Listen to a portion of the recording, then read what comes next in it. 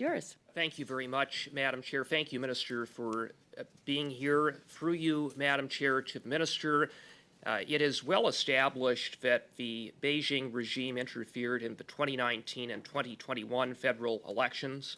We also know that the Beijing regime has operated at least 8 illegal police stations on Canadian soil to intimidate Chinese-Canadian citizens, including through coerced repatriations. So, Minister, in the face of this blatant attack on our democracy, on our sovereignty, and the safety and security of Canadians, why is it that under your government's watch not a single Beijing diplomat has been expelled from Canada? First, Madam Chair, as you heard me explain during my remarks, this government has been concrete and proactive in combating foreign interference. We've put in place new authorities for our national security agencies, including CSIS. The RCMP have taken decisive action to shut down the so-called police stations that Mr. Cooper referred to, and we will continue to raise the bar. We're looking forward to receiving recommendations from David Johnston, and we will be full court press in fighting against this threat to our national security. Minister, I asked you a very specific question. When the Minister of Foreign Affairs last appeared before this committee a month ago on the question that was put to her about expelling Beijing diplomats, she replied, quote, "Everything that is linked to foreign actions in Canada is under the purview of my colleague, the Minister of Public Safety," end of quote. In other words, she seeks your advice on the question of expelling Beijing diplomats. Canadians deserve to know, in the face of interference, a vast campaign of interference in 2 federal elections, police stations that are being discovered, it seems like on an almost weekly basis, why has no action been taken to expel the very diplomats involved in these activities? Madam Chair, perhaps Mr. Cooper missed what I said in my original answer, which is that the RCMP have shut down the so-called police stations, and they will continue to be proactive in that regard. 8 illegal police stations, not a single Beijing diplomat expelled. Why not, Minister? Through you, Madam Chair, to Mr. Cooper, we're eyes wide open about the threats. We've put in place threat reduction measure powers for CSIS. The RCMP is taking decisive action, and we will continue to be proactive. Okay, so listen, I'm just going to pause the time for a second. I get it, and I'm also just going to be a little bit lenient because I know there's a little bit of theater involved, but like, let's just try. Your last answer was really good. It was shorter than the question was. Just try to keep it tight, and then you know, Minister Mendicino, how this works. Let's just try to go with the flow. Mr. Cooper. Minister, what is the holding block? Is it you? Is it the Minister of Foreign Affairs? Or is it that your government is simply soft on Beijing because there have been no arrests, no charges, and no diplomats expelled? Why not? None of the above, Madam Chair. I think I have now been very clear about the concrete actions that we've taken against the so-called police stations and putting in place additional powers to protect all of our democratic institutions. And since, Minister, you're not going to... Point of order, Madam Speaker. First, just in terms of a technical issue, I mean, and a health issue for the interpreters. But second, I feel the witness is being harassed, not allowed to answer the question. What's the point of this interaction if it's not to get a response from the minister that is here?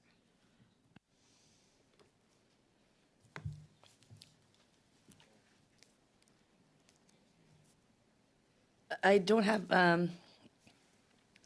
I just feel like the first round's always the toughest one, and then we just have to get through it because it is just what it is. And I don't know how many more times I can say one person speaks at a time. It's difficult for interpreters. If there's advice or guidance as to what I can say or do, let me know. I welcome it. I try really hard to run a functional committee, so I appreciate the point of order. I try to preempt the point of order. So I don't know. But so on if there's advice, yes, Mr. On that point of order, you asked for advice. My advice would be to at least allow the minister to start answering the question before the opposition jumps in and interrupts. That would be my advice, is at least let him get a sentence out before deciding that they don't like the answer. I think that's reasonable. Can we try to continue? And so what happens in this room, like in all rooms, there's a fine person who works really hard to turn our microphones on.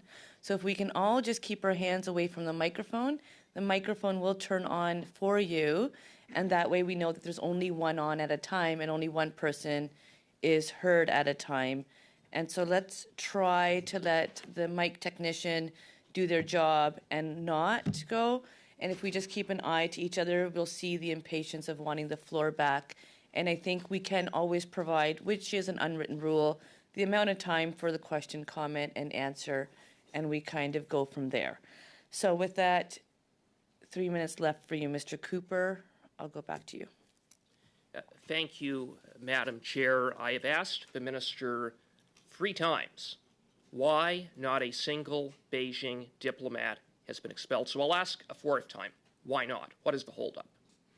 Madam Chair, in fairness, Mr. Cooper also asked about police stations. I was directly responsive to the fact that the RCMP have shut them down, and we will continue to be vigilant in taking whatever actions are necessary to combat foreign interference, including, if necessary, expelling foreign officials. And have you advised the Minister of Foreign Affairs, since she is taking your advice on that question, to expel Beijing diplomats? Madam Chair, I work very closely with Minister Joly. I work very closely with all of my colleagues in government, and we will continue to be vigilant when it comes to combating foreign interference using all of the authorities, some of them new, which the Conservatives have opposed. Thank you, Madam Chair. Minister, no arrests, no charges. The FBI have laid arrests, but not in Canada in respect of the illegal police stations. Since you have failed to expel diplomats, and for all intents and purposes refused to answer that question, will you, at the very least, in the face of interference in not 1 but 2 federal elections and the operation of 8 illegal police stations, at least 8, at the very least, rebuke the Beijing regime? Madam Chair, and I would strongly encourage Mr. Cooper to listen to what the words that I am saying. The RCMP have taken decisive action to shut down the so-called police stations. We've also earmarked approximately $50 million in Budget 2023 to increase their capacity to combat against foreign interference. And it's quite clear that the Conservatives are going to vote against that provision, which will actually be counter to our national security. I asked a very specific question of the Minister. The Minister didn't answer my question. That's consistent with the pattern that we've seen in the last several minutes. So I will invite the Minister again, right here, right now, to rebuke the Beijing regime. Will you do that, Minister? Madam Chair, Canada is among the strongest voices when it comes to rebuking any authoritarian regime and anyone that stands against human rights, and we'll continue to do that. Just Point of order now. Madam Chair. I'm Mr. sorry, Turnbull? I have to raise the point of order because clearly Mr. Cooper is not abiding by the normal rules of decorum in the committee where you don't talk over the witness while they're trying to answer the question. I see that. I think the Minister was trying to answer your comment. I know that you don't feel that way, and that's okay. I am going to give Minister Mendicino you 10 seconds, and then we'll pass on to the last 20 seconds to Mr. Cooper. Go ahead. Thank you, Madam Chair, and I do appreciate the concerns about how it is that we are protecting our institutions, and we will continue to, and also, again, condemning any violation of human rights. Canada has a very proud and strong record on that front. Well, the Minister couldn't even see fit to rebuke the Beijing regime for election interference and for operating 8 police stations in Canada. This is a government that is very weak on Beijing. I couldn't disagree more.